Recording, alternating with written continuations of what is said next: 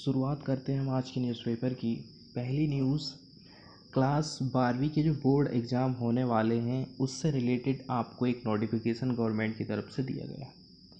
Centre का कहना है कि जो मेजॉरिटी ऑफ स्टेट है ना, इन्होंने ऑप्ट किया है कि हम एग्ज़ाम को होल्ड करेंगे, मतलब कि आयोजित करेंगे कोरोना होने के बावजूद भी। कुछ चीज़ें हैं जैसे कि सब्जेक्ट कम कर देते हैं, पेपर को शॉर्ट कर देते हैं। ऐसे कुछ एक मुद्दे हैं जिन पर फीडबैक की ज़रूरत है। इसके लिए 3 दिन का टाइम दे दिया गया है। अब सरकार का ऐसा कहना है, देखो क्लास 12वीं के जो एग्ज़ाम होते हैं ना और जो एंट्रेंस एग्ज़ाम होते हैं वो आपका फ्यूचर तय करते हैं, इसीलिए इनका आयोजित होना बहुत इम्पोर्टेंट है। और यदि हम संभावना देखें ना कि किस प्रकार से एग्ज़ाम हो सकते हैं, तो इनका जो ड्यूरेशन है वो उसको शॉर्टर हो सकता है, मतलब ड्यूरेशन को कम कर सकते हैं। दूसरी बात ये है, एग्ज़ाम सेंटर को और भी ज़्यादा बढ़ा सकते हैं। जहाँ 2 सेंटर थे तो अब 4 सेंटर कर सकती है सरकार, ठीक है। और इसके अलावा उसका जो शेड्यूल है ना वो एक साथ नहीं होने वाला है, मतलब ऐसा नहीं कि सारे एग्ज़ाम एक ही साथ रख दें, इससे फिर भीड़ भाड़ बढ़ जाए। तो सरकार का कहना है कि अलग अलग शेड्यूल में हम एग्ज़ाम लेंगे। अब सेंट्रल गवर्नमेंट की तरफ से क्या रिकमेंड किया गया है इसको हम देख लेते हैं। देखिए, सेंट्रल गवर्नमेंट कहती है कि 20 मेजर सब्जेक्ट में हम एग्ज़ाम को लेंगे, ठीक है। और इसने ये भी प्रपोज़ करी है कि टाइम का जो ड्यूरेशन है, मतलब एग्ज़ाम का जो ड्यूरेशन है वो 90 मिनट का रखेंगे हम, ठीक है। और जो क्वेश्चन पेपर है वो रहेगा मल्टीपल चॉइस या फिर शॉर्ट आंसर लिखने वाला क्वेश्चन पेपर रहेगा। इसके बाद वाली न्यूज़ हम देखने वाले हैं WHO और यूरोपियन यूनियन से। अब देखिए, दिक्कत ये हो गई हमारे यहाँ पर कि कोवैक्सीन को जो लेने वाले रिसिपेंट्स हैं ना, उनकी ट्रैवलिंग में जो प्रॉब्लम जा रही थी, इसके चलते चलते इंडिया ने WHO और EU के अप्रूवल की ओर रुख किया है। इंडिया चाहता है कि यदि यहाँ से अप्रूवल मिल जाती है तो जो भी व्यक्ति कोवैक्सीन की डोज लेता है वो आसानी से ट्रैवलिंग कर सके। ये कंसर्न थी, इसी के चलते चलते इंडिया को ये कदम उठाने की ज़रूरत पड़ी है। और इससे एक चीज़ और है कि इंडिया को कोवैक्सीन का जो एक्सपोर्ट करना है वो भी आसान हो जाएगा यदि वहाँ से अप्रूवल इंडिया को मिल जाता है तो। अब ये बात सामने देखिए कैसे आई। ये डिसीजन आया 27 EU मेंबर कंट्रीज़ से। थर्सडे के दिन की इनकी बैठक है, इन्होंने अप्रूवल दिया था एक प्रपोज़ल को कि केवल उन्हीं को हम अलाउ करेंगे जो कि फुल्ली वैक्सीनेटेड हैं। ऐसे टूरिस्ट हमारे यहाँ पर आ जा सकते हैं, मतलब आउटसाइड यूरोपियन यूनियन के आउटसाइड यूरोप, ठीक है, यूरोप के बाहर के जितने भी टूरिस्ट लोग हमारे यहाँ पर आना चाहते हैं उनको फुल्ली वैक्सीन लिए हुए होना चाहिए। आगे इनका कहना है कि एस्ट्राजेनिका की जो कोविशील्ड है ना, इनको इंक्लूडेड किया जाएगा ऑन WHO एंड EU की लिस्टिंग में। लेकिन कोवैक्सीन के लिए इन्होंने मना कर दिया था कि जिन्होंने कोवैक्सीन लिया है उनको हम अलाउ नहीं करेंगे। इसी के चलते चलते इंडिया को ये कदम उठाना पड़ा था।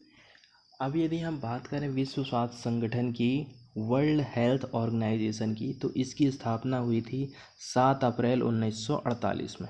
इसका हेडक्वार्टर जिनेवा स्विट्ज़रलैंड में है और इसका उद्देश्य है विश्व के जितने भी लोग हैं उनके स्वास्थ्य की उच्चतम संभावना की दशा को प्राप्त करना है, मतलब लोगों के स्वास्थ्य की देखभाल करना इसका मेन उद्देश्य है। और यदि हम बात करें कि कितने देश ऐसे हैं जो कि इसके मेंबर स्टेट हैं, तो 194 हैं और 150 देशों में इसके ऑफिसेस खुले हुए हैं। इसके अलावा 6 इसके रीजनल ऑफिसेस भी हैं। ठीक है। दूसरी बात ये है, ये एक इंटर गवर्नमेंटल ऑर्गेनाइजेशन है और ये काम करता है कोलेब्रेशन, ठीक है। इसके जितने भी मेंबर स्टेट रहते हैं उनके बीच में कोलेब्रेशन का काम करता है, ठीक है। नॉर्मली यदि हम देखें ना तो मिनिस्ट्रीज और जो हेल्थ रहती है उनके साथ में कोलेब्रेशन करने का काम करता है, ठीक है। और जिस दिन इसकी स्थापना हुई थी 7 अप्रैल 1948 को, उसी दिन को वर्ल्ड हेल्थ डे के नाम से भी जाना जाता है। इसके बाद अगली न्यूज़ हमें देखना है सुशील कुमार से रिलेटेड।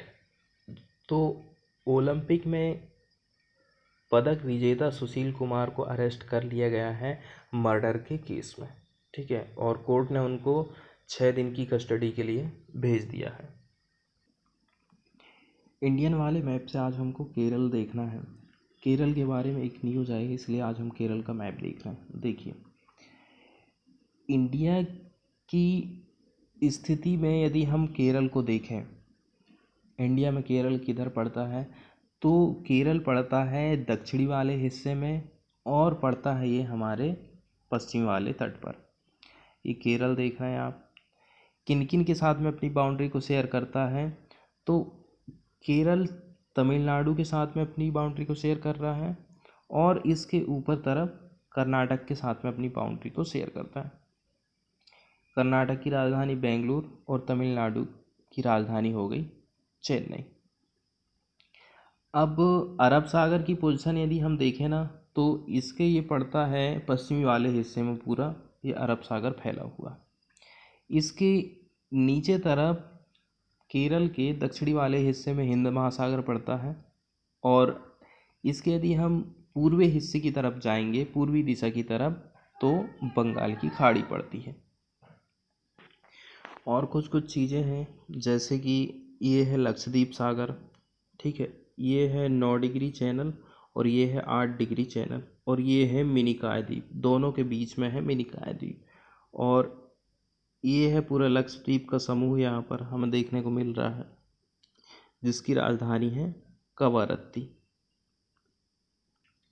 अब बात केरल की हो रही है, तो केरल का थोड़ा सा जीके हो जाए। देखिए, केरल की राजधानी है तिरुवनंतपुरम। ये आप देख रहे हैं ना, सबसे इसके निचले वाले हिस्से पर तिरुवनंतपुरम दिखाई दे रहा है, ठीक है।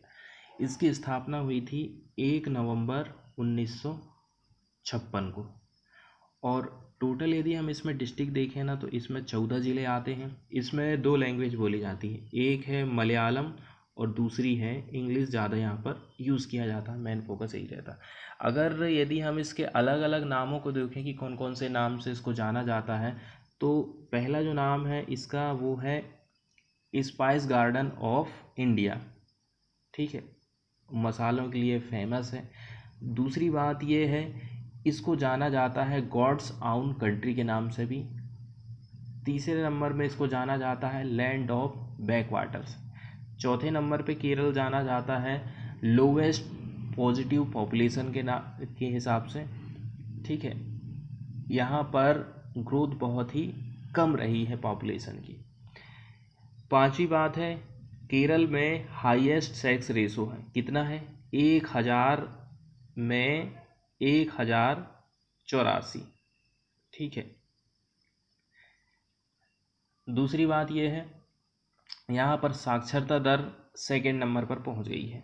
पहले नंबर पे आता है त्रिपुरा। कुछ कुछ मेजर रिवर हैं, उनको हम देख लेते हैं, जैसे कि पेरियार रिवर। ये चोकामपट्टी माला केरला से होकर जाती है और कोडांगेल्लूर लेक में गिरती है। दूसरी जो रिवर है वो है भारतपुजा, जिसको नीला। ये फ्लोइंग होती है फ्रॉम अन्नामलाई तमिलनाडु से और ये गिरती है अरेबियन सागर में। इसके बाद जो मेजर रिवर है वो पाम्बा है। ये बहती है, फ्लो होती है पीरमेडु से इडुक्की केरला और ये जाती है वेम्बनाड लेक में। मेजर फेस्टिवल की यदि हम बात करें तो यहाँ पर ओणम, विशु, थिरुवथिरा, त्रिशूर पूराम और क्रिसमस, ये मेजर यहाँ के त्यौहार हैं। यहाँ पर कुछ ट्रेडिशन भी आपको देखने को मिलेगा, जैसे कि वल्लम काली, एनायोट्टम। वल्लम काली मतलब ट्रेडिशनल जो बोट रेस होती है ना, उसको कहा जाता है। एनायोट्टम जो होती है एलिफेंट की रेस होती है। अगर यदि हम बात करें इसकी जियोग्राफिकल इंडिकेशन कि किन किन चीज़ों को मिल गई है, तो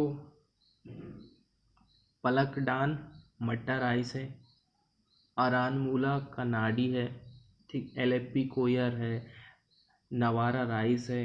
ये सारी चीज़ों को जीआई टैग मिल चुका है।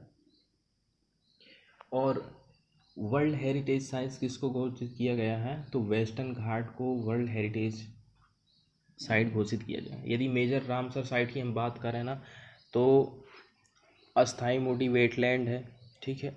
दूसरा है सस्मोकोट्टा लेक है, और वेमेनाम कोल्ड वेटलैंड है। अब हम बात कर लेते हैं न्यूज़ की। ये जो पिक्चर आप देख रहे हैं ना, एम.आर. शाह जी, इनको इंडिया बायोडाइवर्सिटी अवार्ड 2021 मिला है। इन्होंने डोमेस्टिकेटेड जो स्पीसीज हैं कंद की, उनका कंजर्वेशन किया है। इसी के चलते चलते 2021 का जो इंडियन बायोडाइवर्सिटी अवार्ड है वो इनको दिया गया है। ये केरल के रहने वाले हैं, ठीक है। इन्होंने कंजर्व किया है अराउंड 200 ट्यूबर क्रॉप्स, जिनमें शामिल है greater yam, lesser yam, elephant foot yam, arrowroot, colocasia, sweet potato, cassava and Chinese potato. अब देखिए, तो इंडिया वाला अवार्ड हो गया। इसके अलावा इनको स्टेट अवार्ड मिल चुका है 7 बार इनके एफर्ट के द्वारा।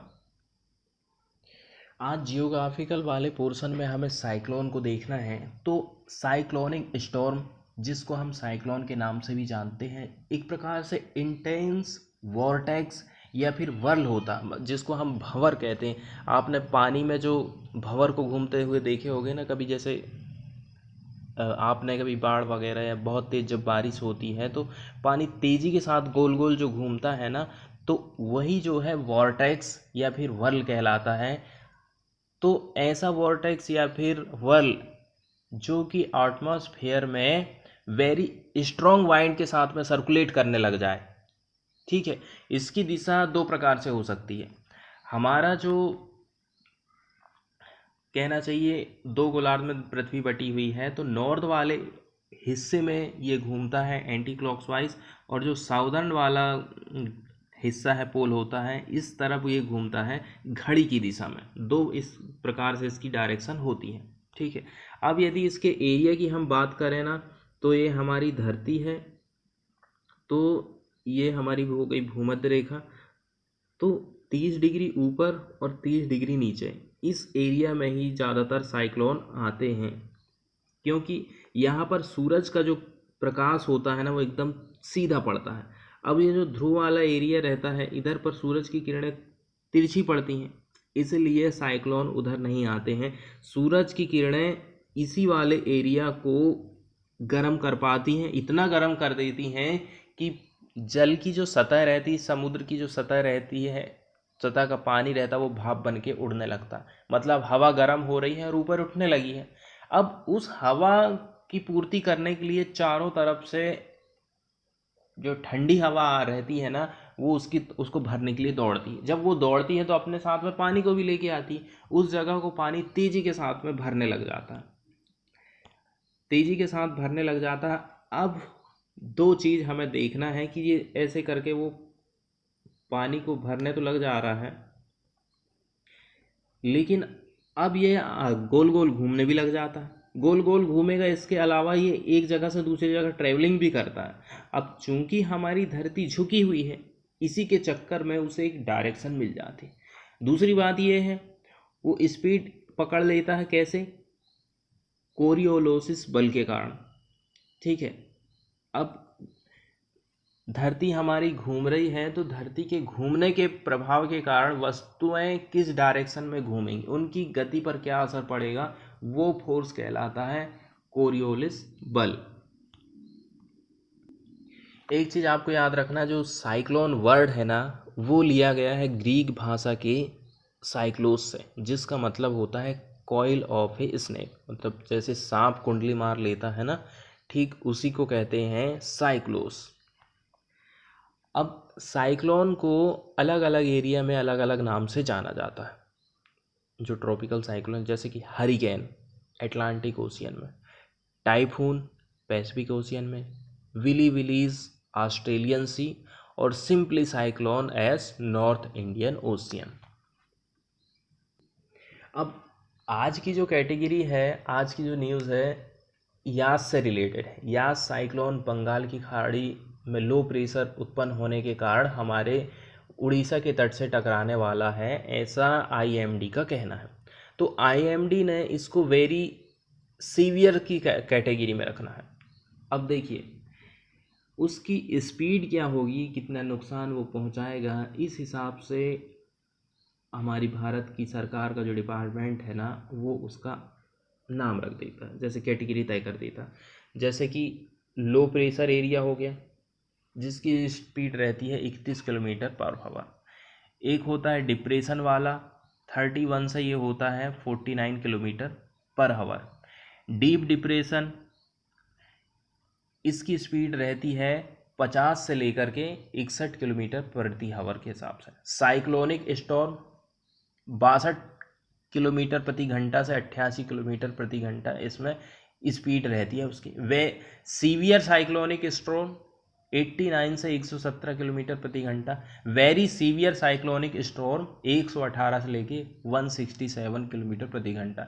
इसके ऊपर भी रहता है एक्सट्रीमली सीवियर साइक्लोनिक स्टॉर्म, जो कि 168 से 221 किलोमीटर प्रति घंटा रहता है। और होता है फिर सुपर साइक्लोनिक स्टॉर्म 222 किलोमीटर प्रति घंटा से उतना ही, या फिर लगभग थोड़ा बहुत कम ज़्यादा रहता है। इसके बाद वाली न्यूज़ हम देखने वाले हैं बिहार पटना से। ठीक है, यहाँ पर है एक पूर्णिया ज़िला।